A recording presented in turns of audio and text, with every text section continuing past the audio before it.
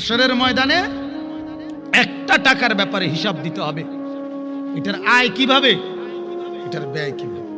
কথা বুঝেন নাই আমার? আপনি কি মনে করছেন আল্লাহ তাআলা দুনিয়ায় ভাত তরকারি দুগা খাওয়াই দেখে আমরা মনে করছেন আল্লাহ তাআলা মাতে না? না না, ভাত তরকারি খাওয়া কোনো আশ্চর্য না। আল্লাহ বলছে বান্দা এগুলা খাও, দুনিয়া ভোগ করো, এটা আমার একটা দস্তরখান, এমনি বিছাইয়া থুইছি, এটা একেবারে স্বাভাবিক অনুমতি দিয়া রাখছি। আমি সবাই রে খাইতে দেই, এখানে ডাকলেও দেই, না ডাকলেও দেই, মানলেও দেই, না মানলেও খাওয়াই, সেজদা দিলেও খাওয়াই, সেজদা না দিলেও খাওয়াই, মুসলমান হইলেও খাওয়াই, কাফের হইলেও খাওয়াই, হিন্দুরেও খাওয়াই, বৌদ্ধরেও খাওয়াই। আরে বেড়া, আল্লাহ বলে তুই কি তা মনে করছ মানুষ লাগতো না, কুত্তা হইলেও খাওয়াই, শুয়োর হইলেও খাওয়াই, জন্তু জানোয়ারেও তো খাওয়াই, তো তোরে বাদ তুকে খাওয়াইতে অসুবিধা কি? কথা বলেন না কেন? কি মনে করছ বেটা? দুনিয়া তো আমার জানোয়ারেও ভোগ করতে আসে, তো তুই ভোগ করলে সমস্যা কি? খাবিয়ে না, বাদ দুকা খাবিয়ে না।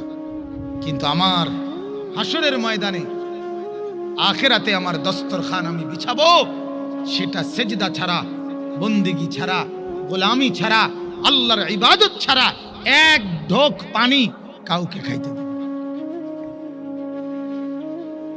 এত রং ভাববেন না, 3 ফুট বিদেশ রঙে নাচেন রে ভাই, বিল্ডিং করে লাইছেন, আপেল মালটা খান আর বনবিরি খান, খুব রঙে আছেন মনে করে লাইছেন।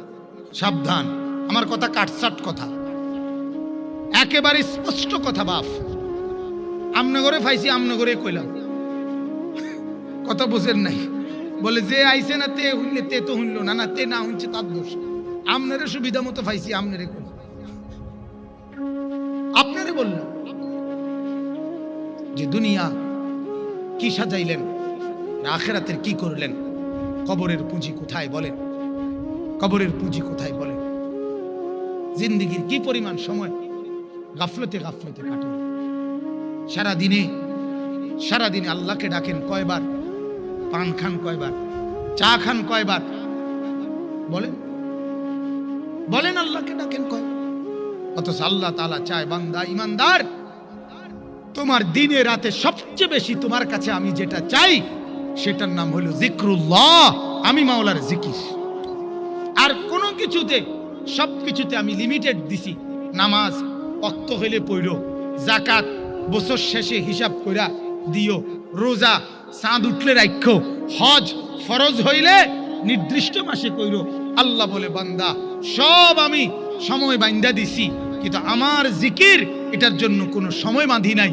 উযকুরুল্লাহ যিকরান কাসীরা, বেশি বেশি বেশি বেশি বেশি বেশি, বিল গুদুওয়ি ওয়াল আসাল, সকালেও সন্ধ্যায়ও, হিনা তুমসুনা ওয়া হিনা তুসবিহুন, সন্ধ্যায়ও এবং সকালেও, ওয়া আশিয়ান দুপুরেও, ওয়া হিনা তুজহিরুন, ওয়া আশিয়ান বিকালেও, ওয়া হিনা তুজহিরুন দ্বীপ প্রহরেও সারাক্ষণ আমাকে ডাকো।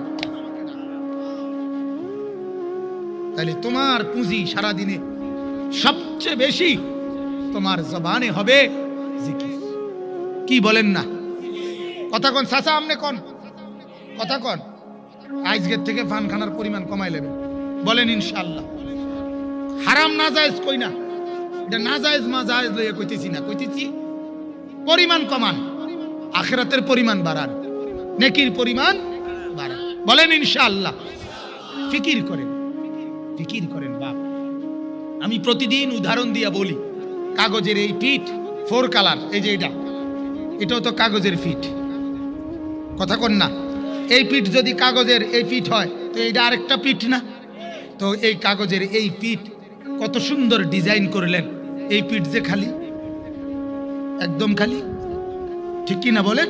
তো আল্লাহ তাআলা তো এটাই বলছে, বান্দা মাটির উপরের এই ঘর দিয়ে খুব সাজাইলা, মাটির নিচে ওই পিঠে আরেকটা ঘর আছে তো তোমার কবর, সেটা যে এরকম খালি,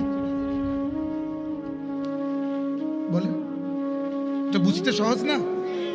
আল্লাহ তাআলা বলে বান্দা যদি মাটির উপরের এই ঘর এটাকে যদি সাজানো হয় সোফা দিয়ে, আল্লাহ বলে বান্দা মাটির পিঠের ওই ঘর কবর সাজাইতে হয় সেজদা দিয়ে, ওইটা সাজাইতে হয় জিকির দিয়ে। ওইটা সাজাইতে হয় তেলাওয়াত দিয়ে, ওইটা সাজাইতে হয় আল্লাহর রাস্তায় দান সদকা দিয়ে, ওইটা সাজাইতে হয় মাওলার ইবাদত বন্দিগি করে। ওইখানে সোফা পাঠাইলে হবে? ওইখানে খাট পালং পাঠাইলে হবে? ওইখানে কি পাঠাইতে হবে? সেজদা, জিকির, তাসবিহ, তেলাওয়াত, আল্লাহর বন্দিগি, দান সদকা, নেকি, তাইলে সেটা সাজবে। আল্লাহ আমাকে বুঝার তৌফিক দান করুক, আল্লাহ পাক আমাদের সবাইকে বুঝার তৌফিক দান করুক। এখন এটাই আপনাদের কাছে শেষে বলতে চাই, নিজেদের জীবন গড়বার জন্য, আখিরাতের পুঁজি বাড়াবার জন্য দরকার কিনা বলেন? দরকার, এটা আগে বুঝছেন কিনা? আখিরাতের পুঁজি বাড়ানো দরকার নেই বাজান? দরকার। কেন? ওইটা সফর লম্বা, এটা সফর সামান্য। এটা 60 বছর, ওটা অনন্তকাল। এই 60 বছরেরও কোনো নিশ্চয়তা নাই। সবার জন্য বাধ্যতামূলক 60 বছর কথা বলেন না।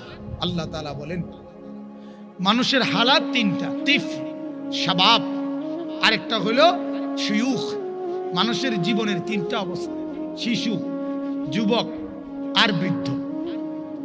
আতফাল, শাবাব, শুয়ুখ। শায়েখ, যে শায়েখ বুড়া। তো তিনটা হালাত, জীবনের হালাত কয়টা? কিন্তু আল্লাহ বলেন সবার জন্য না, সবার জন্য না। শিশু যুবক হওয়ার আগে আগে কবরে যায় কিনা?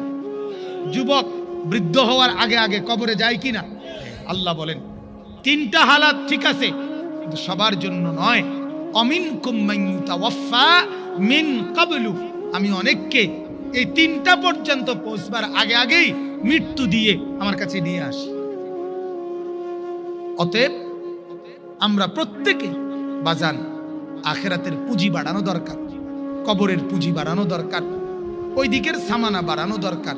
আহা বাজান, অন্যরা তো অন্যরা, আমরা যারা মুসলমান নিজেকে মনে করি, নিজেকে মোটামুটি ভালো মানুষ মনে করি, আমাদের পুঁজিও তো একদম কম। কম কি না বলেন? নিজের পুঁজি বাড়াবার জন্য, আখিরাতের পুঁজি, পরকালের নেকি, পরকালের সামানা বাড়াবার জন্য আমাদের সামনে একটা বড় সুযোগ, একেবারে সামনে, সেটার নামই হলো রমজান মাস। বলেন আলহামদুলিল্লাহ। আল্লাহ তাআলা বলতেছেন বান্দা, আমি তোমার অল্প টাইমে তোমার আখিরাতের পুঁজি বাড়াই দিতে চাই। অল্পতে দিমু, যাও, সময় লাগবে কম, কিন্তু আখিরাতের পুঁজি হবে অনেক।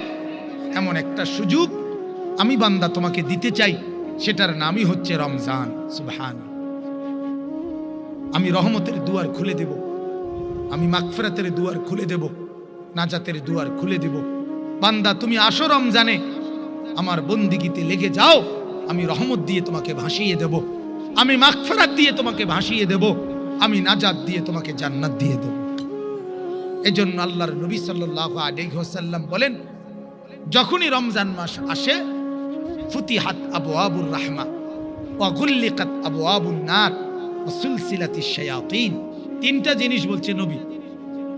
আল্লাহ তাআলা রহমতের দুয়ার, জান্নাতের দুয়ার কি করে দেন, জাহান্নামের দুয়ার কি করে দেন, আর শয়তানকে কি করেন, শিকলে আটকান। আমি এটা এমনি বুঝাই, যে প্রায় বুঝাই এই কথাটা এইভাবে। ছোটবেলায় আমরা নানার বাড়িতে দেখছি, আমার নানার বাড়িতে,